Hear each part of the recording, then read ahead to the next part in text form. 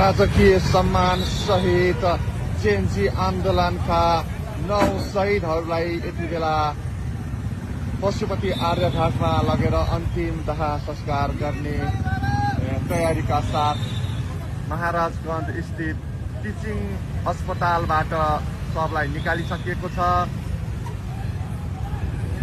तपाईँ देख्दै हुनुहुन्छ फूल मालाले सिगारिएका ती सब वाहनहरू वीर शहीद अमर रहून् भन्दै यहाँ नारा पनि लागिरहेको छ। यो चाहिँ ललितपुर महानगरपालिकाले उपलब्ध गराएको शहीदको परिवारलाई उपलब्ध गराएको गाडी हो। वीर शहीद अमर रहोस् भनिरहेका छन्।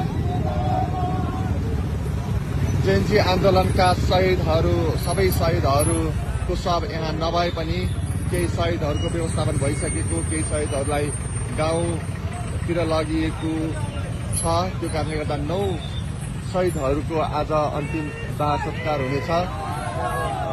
तपाईँ देख्दै हुनुहुन्छ टिचिङ अस्पतालबाट सबलाई बाहिर निकाल्दै पशुपति आर्यघाट लग्दै गर्दा यो दृश्य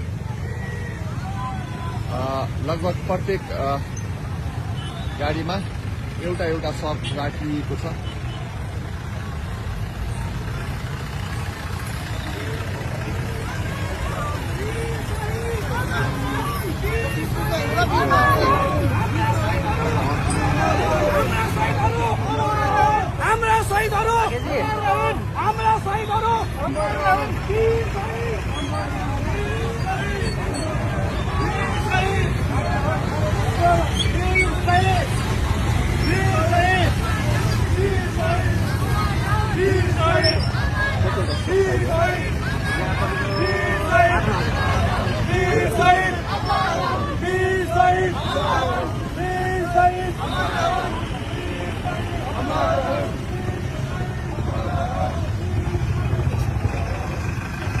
यो चाहिँ प्रहरीको भ्यान आफन्तहरूलाई बोकेको छ। प्रहरीको भ्यानले पनि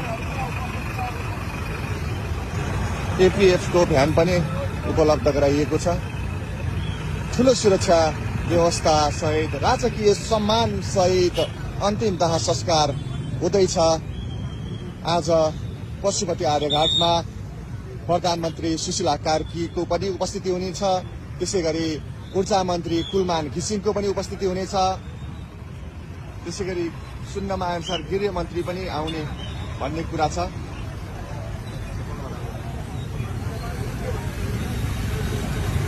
सम्पूर्ण शवहरू यहाँबाट निकालिएको छ। अब हामी तपाईहरूलाई पशुपति आर्यघाटबाट